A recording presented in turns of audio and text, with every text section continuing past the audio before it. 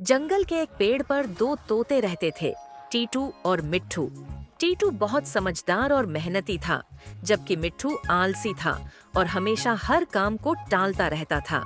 एक दिन टीटू अपनी चोंच में घास लेकर अपने घोंसले को सुधारने आया और देखा कि मिट्ठू आराम से डाल पर सो रहा है। मिट्ठू, तुम अभी तक सो रहे हो? बरसात का मौसम आने वाला है। जल्दी से घास ठीक कर लो, वरना पानी से कैसे बचोगे?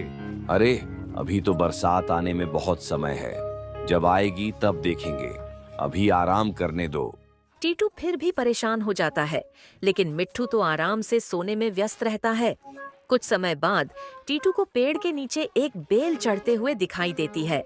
टीटू चौंक जाता है और तुरंत अपनी चोंच से बेल को काटने की कोशिश करता है, क्योंकि उसे डर था कि अगर यह बेल ऊपर तक चढ़ गई तो शिकारी उस बेल के सहारे पेड़ तक पहुंच सकते हैं और उनका शिकार कर सकते हैं। टीटू घबराते हुए मिट्ठू के पास जाता है और कहता है, मिट्ठू, बेल पेड़ पर चढ़ रही है। अगर यह ऊपर तक पहुंच गई तो शिकारी हम सबको पकड़ सकते हैं। हमें इसे जल्दी से काटना होगा। अरे, इसमें क्या डर है? बेल अभी छोटी है, आराम से कल काट सकते हैं। इतना घबराने की क्या बात है?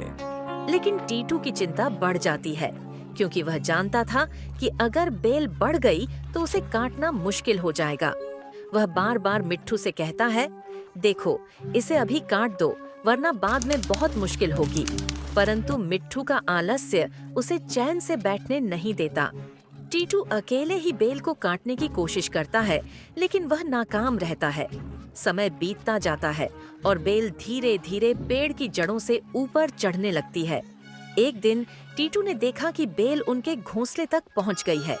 वह घबराए हुए पेड़ के नीचे बैठा सोच रहा था कि अब क्या किया जाए। तभी वह फिर से मिट्ठू के पास गया और बोला, मिट्ठू, अब घोंसला बिल्कुल भी सुरक्षित नहीं है। बेल हमारे घोंसले तक पहुंच गई है।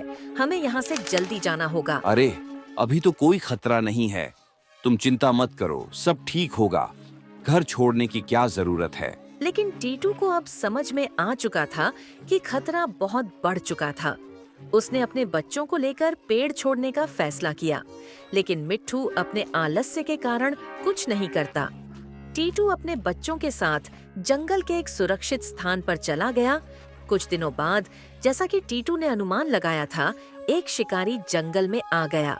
शिकारी ने बेल के सहारे पेड़ पर चढ़कर मिट्ठू के बच्चों को पकड़ लिया और उन्हें पिंजरे में बंद कर लिया।